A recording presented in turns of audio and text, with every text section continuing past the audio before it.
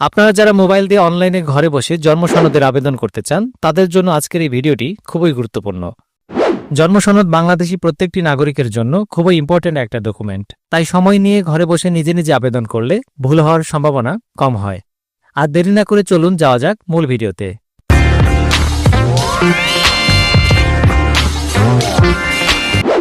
প্রথমে আমরা জানব জন্ম সনদ আবেদনের জন্য কি কি ডকুমেন্টস লাগে। শিশুর বয়স 0 থেকে 45 দিন হলে যে ডকুমেন্টসগুলো লাগবে: নাম্বার 1, শিশুর পিতামাতার জাতীয় পরিচয়পত্রের ফটোকপি অথবা পিতামাতার অনলাইন জন্ম নিবন্ধন বাংলা ও ইংরেজি। নাম্বার 2, হাসপাতালের ছাড়পত্র বা উক্ত প্রতিষ্ঠান থেকে প্রাপ্ত জন্ম সংক্রান্ত সনদের সত্যায়িত অনুলিপি কিংবা একজন এমবিবিএস ডাক্তার কর্তৃক বয়স প্রমাণের প্রত্যয়নপত্র। নাম্বার 3, হোল্ডিং ট্যাক্স অথবা ইউনিয়ন পরিষদের ট্যাক্স পরিষদের রসিদের ফটোকপি। নাম্বার 4, আবেদনকারীর 1 কপি পাসপোর্ট সাইজের ছবি। আমি পরেরগুলো আর বলছি না, তাহলে ভিডিও লং হয়ে যাবে, আপনার স্ক্রিনশট দিয়ে নিন।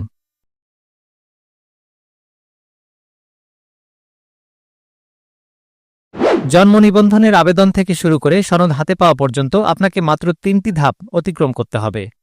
নাম্বার 1, আবেদন প্রক্রিয়া সম্পাদন ও আবেদনপত্র প্রিন্ট করা।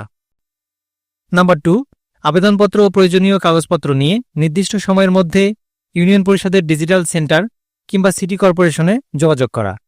নাম্বার 3, 7 থেকে 10 কার্যদিবসের মধ্যে জন্ম নিবন্ধন সনদ হাতে পাওয়া।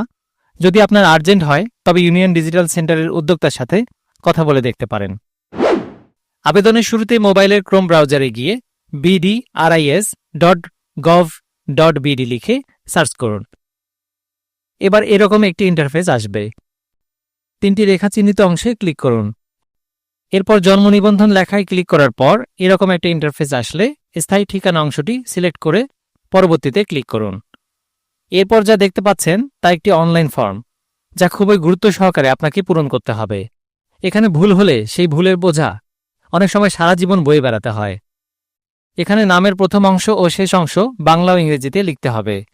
ধরুন আপনার নাম মোহাম্মদ সাইফুল ইসলাম। এখানে 3টি শব্দ আছে। নামের প্রথম অংশে লিখতে হবে মোহাম্মদ সাইফুল আর নামের শেষ অংশে ইসলাম। একইভাবে ইংরেজিতেও লিখতে হবে। এরপর জন্ম তারিখ, পিতামাতার কততম সন্তান, লিঙ্গ, দেশ, বিভাগ, ডাকঘর ও গ্রামের নাম বাংলা ও ইংরেজিতে লিখে ফেলুন। এখানে মনে রাখা জরুরি, রেড স্টারমার্কগুলো আপনাকে অবশ্যই ফিল আপ করতে হবে। আর যেগুলো রেড স্টারমার্ক নেই সেগুলো ইচ্ছা হলে ফিল আপ করতে পারেন, আর না হলে নয়।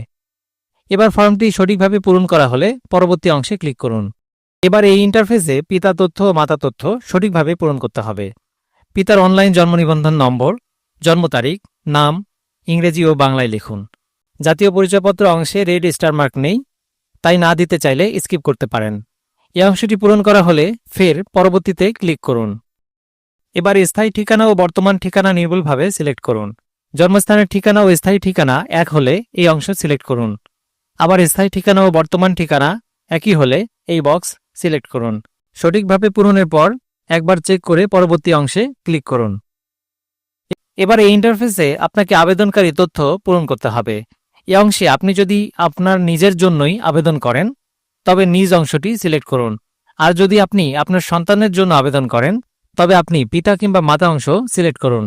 এরপর বাকি তথ্যগুলো পূরণ করে সংযোজন লেখা অংশে ক্লিক করে আগে থেকেই আপনার মোবাইলে সেভ করে রাখা প্রয়োজনীয় ডকুমেন্ট আপলোড করুন। আমি ভিডিওর শুরুতেই কি কি ডকুমেন্ট লাগবে তা বলে দিয়েছি। এখানে মনে রাখতে হবে কোনোভাবেই প্রতিটি ডকুমেন্টের সাইজ 2 মেগাবাইটের বেশি হওয়া যাবে না। আপনার মোবাইলের ক্যামেরা দিয়ে তোলা কোনো ছবির সাইজ যদি বড় হয় তবে স্ক্রিনশট দিয়ে ফাইল সাইজ ছোট করতে পারেন। প্রয়োজনীয় ডকুমেন্ট আপলোড সম্পন্ন হলে পরবর্তী অংশে ক্লিক করুন। এবার যে ইন্টারফেসটি আসবে তা হলো এতক্ষণ আপনি যা যা পূরণ করলেন সেগুলো আপনি একটি পেজে দেখতে পাবেন। এবার পুনরায় ভুল ত্রুটি চেক করুন। যদি ভুল থাকে তবে পূর্ববর্তী অংশ ক্লিক করুন, আর ভুল না থাকলে সাবমিট অংশে ক্লিক করুন। দেখুন আমাদের আবেদনটি সাকসেসফুল হয়েছে। আবেদনপত্রের নম্বরটি ডায়েরিতে সংরক্ষণ করুন।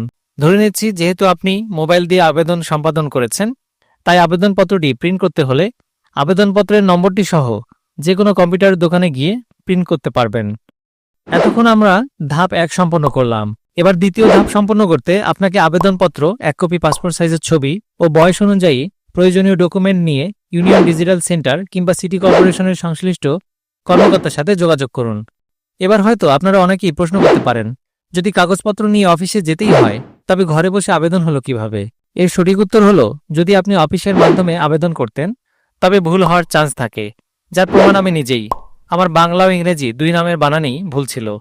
নিজে নিজে অনলাইনে আবেদন করার একটাই সুবিধা, আপনি নিজে দেখে শুনে বানান ঠিকঠাক করে আবেদন করতে পারছেন।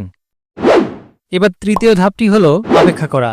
সাধারণত 7 থেকে 10 কার্যদিবসের মধ্যেই সচিব ও ইউপি চেয়ারম্যানের স্বাক্ষর সংবলিত জন্ম নিবন্ধন সনদ ইউনিয়ন পরিষদের ডিজিটাল সেন্টার থেকে সংগ্রহ করতে পারবেন। জন্ম নিবন্ধনের আবেদন প্রক্রিয়া আমি বিশদভাবে তুলে ধরার চেষ্টা করেছি। এরপরও কোনো কিছু জানার থাকলে কমেন্ট করতে পারেন, চেষ্টা করব রিপ্লাই করার। দেখলেন তো কত সহজেই মোবাইল দিয়ে ঘরে বসে জন্ম সনদের আবেদন করা যায়। এই ভিডিওটি যদি আপনার উপকারে আসে তাহলে একটা লাইক দিন। আর টেক রিলেটেড এরকম প্রয়োজনীয় ভিডিও নিয়মিত পেতে চ্যানেলটি সাবস্ক্রাইব করতে পারেন। পরবর্তীতে আবার কোনো গুরুত্বপূর্ণ ভিডিও নিয়ে হাজির হব। সেই পর্যন্ত ভালো থাকুন, সুস্থ থাকুন, এই কামনা।